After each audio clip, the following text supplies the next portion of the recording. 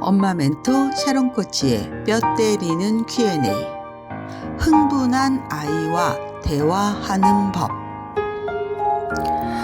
우리들의 어린 아들은 대부분 흥분을 참 잘한다. 왜 아들이란 다들 그렇게 얼굴이 금세 벌개지고 목소리가 커지는 것일까? 타고난 기질이 다혈질인 아이들도 있겠지만 난 그 시기의 남자 아이들이 에너지 조절 능력이 서툴기 때문이라고 생각한다. 남자아이들은 몸이 자라면서 에너지가 갑작스럽게 많아진다. 그걸 몸으로 빨리 표현하는 게 익숙하다 보니 머리에 떠오른 생각을 차분히 입으로 이야기하는 게 힘들 수밖에 없다. 그 나이대에 가장 빨리 반응하는 것은 몸이고 가장 천천히 나오는 것은 말이니까. 그런데 엄마들이 생각하는 것보다 남자아이들도 은근히 생각이 많다. 복잡하고 어지러운 생각을 살살 풀어서 이야기하는 게 어려울 뿐이다. 그러나 듣는 엄마 눈엔 아이 머릿속에 꽉꽉 들어찬 많은 생각들은 당연히 보이지 않는다. 그저 성급하게 나오는 큰 행동만 보고 아유, 애가 생각이 없어 라고 생각해버리기 십상이다. 그러나 현명한 엄마는 아이를 타박하기보다는 생각을 읽어주고 감정을 다독여준다. 아들이 어렸을 때 함께 나누었던 대화를 돌이켜 생각해보면 늘 시작하는 상황은 비슷했던 것 같다. 엄마 있잖아. 그래. 잠깐만. 그렇다. 할 얘기가 잔뜩 쌓인 아들은 무슨 말이든 빨리 꺼내고 싶어서 흥분된 상태였고 나는 어떻게든 시간을 벌려고 노력했다. 그때 필요한 건 음료수였다. 내가 마실 차도 준비해야 하지만 아들에게도 너 뭐 마실래? 하며 잠깐 흥분을 가라앉혀 주곤 했다. 겨울엔 따뜻한 코코아, 여름엔 시원한 주스도 좋다. 찬물이 보글보글 끓는 동안 냉장고에 있던 음료가 쪼르르 컵 안으로 따라지는 동안 아이의 감정도 서서히 가라앉는다. 엄마가 나랑 제대로 이야기할 준비를 하고 있구나 하는 생각이 들면 머릿속으로 이야기의 순서를 정리할 수도 있다. 아이가 흥분한 이유는 나쁜 일 때문일 수도 있고 좋은 일 때문일 수도 있다. 밖에서 있었던 일 중에서 자랑할 만한 일이 있어서 엄마에게 들려줄 생각에 서둘러 뛰어왔을지도 모른다. 말하는 순서는 아이의 성격이나 기질에 따라서 다르다. 자랑할 일이 3가지가 있다면 작은 것부터 시작해서 마지막에 큰 것을 터뜨리는 아이도 있고 반대로 가장 큰 것을 먼저 서둘러 말하는 아이도 있다.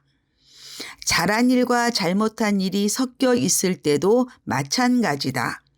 우리 아들은 항상 잘못한 일을 먼저 말했다. 잘한 일이 분명히 있는데도 말이다. 그런데 딸은 항상 잘한 일을 먼저 말했다. 일단 엄마를 행복하게 만들어 놓고 슬쩍 잘못한 일을 말하곤 했다. 이렇게 아이들마다 다르니 한국말은 끝까지 들어봐야 한다. 여기서 꼭 기억해야 할 것이 있다. 아이의 이야기가 무엇이든 간에 엄마는 언제나 아이의 편이 되어 주어야 한다는 것이다. 아이의 말을 중간에 끊고 이건 네가 잘했네. 저건 네가 잘못했네. 하며 심판관의 역할을 하려는 엄마들이 많다. 오디션 프로그램을 예로 들어보자.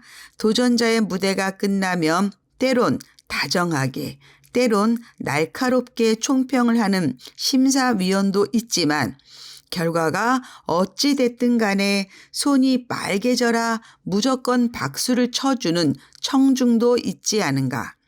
우리 엄마들이 해야 할 역할이 바로 박수치는 청중이다. 물론 언젠가는 멋진 총평을 들려주는 역할도 해야 한다. 아들이라는 도전자가 인생의 파이널 무대에 올랐을 때는 아낌없는 조언을 해주자. 그러나 때가 아니다. 아이들의 파이널은 아직 오지 않았다. 지금은 변화무쌍한 성장 과정의 한 단계일 뿐이니까. 정말 잘했네. 오, 대단한데? 역시 우리 아들 최고야. 아이가 잘한 일을 자랑스럽게 말할 때 이 세 마디를 기억하자. 그건 어쩌다 얻어 걸린 거잖아. 라든가 거봐, 엄마가 시키는 대로 하니까 잘 됐지? 등의 평가 섞인 말은 필요 없다. 지금 이 순간만큼은 무조건적인 칭찬이 성장하는 아이를 더욱 무럭무럭 크게 할 것이다. 정말 잘했네. 오, 대단한데? 역시 우리 아들 최고야. 물론 아들이 억울한 일을 이야기할 때도 있다. 음료 한 잔을 다 마셔도 채 가시지 않는 감정으로 자기가 당한 일을 이야기하기도 하는 것이다. 누가 밉다거나 어디서 억울하게 야단 맞았다는 얘기라도 하면 엄마의 가슴도 빠르게 방망이질 친다. 하지만 그럴 때에도 엄마는 차분하게 들어주어야 한다. 야, 그건 혼나도 싸네. 딱 들어도 네가 잘못했다. 라고 도리어 야단을 치거나 정말? 누가 그랬어? 언제? 그때 옆에 누가 있었는데? 라고 수사를 할 일이 아니다. 사실 규명, 원인과 결과 파악, 정확한 솔루션은 중요하지 않다. 이 순간 가장 중요한 것은 아이의 감정이기 때문이다. 아유, 속상하겠네. 네 말 들어보니까 정말 억울할 만도 하다. 우리 아들이 마음 고생했네. 수고했어, 아들. 막상 엄마가 이해하고 위로해 주면 아들은 머쓱해한다. 대부분은 아니야, 엄마, 별거 아니야. 이젠 괜찮아. 하며 스스로 정리를 한다. 사람마다 차이가 있겠지만 대부분의 남성들은 부정적인 감정을 오래 내비치는 것을 좋아하지 않는다. 아들에게도 그런 DNA가 있나 보다. 아이가 괜찮다고 하면 그 이야기를 길게 끌지 않는 것도 엄마의 센스일 것이다. 쪼잔한 남자로 남고 싶지 않는 아들의 마음을 읽어줄 필요도 있으니까. 내가 어린 아들과 했던 대화 내용을 가만히 떠올려 본다. 주스와 차 한 잔을 앞에 두고 웃고 화내고 속상해하고 지금은 자세하게 기억나지 않지만 참 소소하게 많은 이야기를 나누었던 것 같다.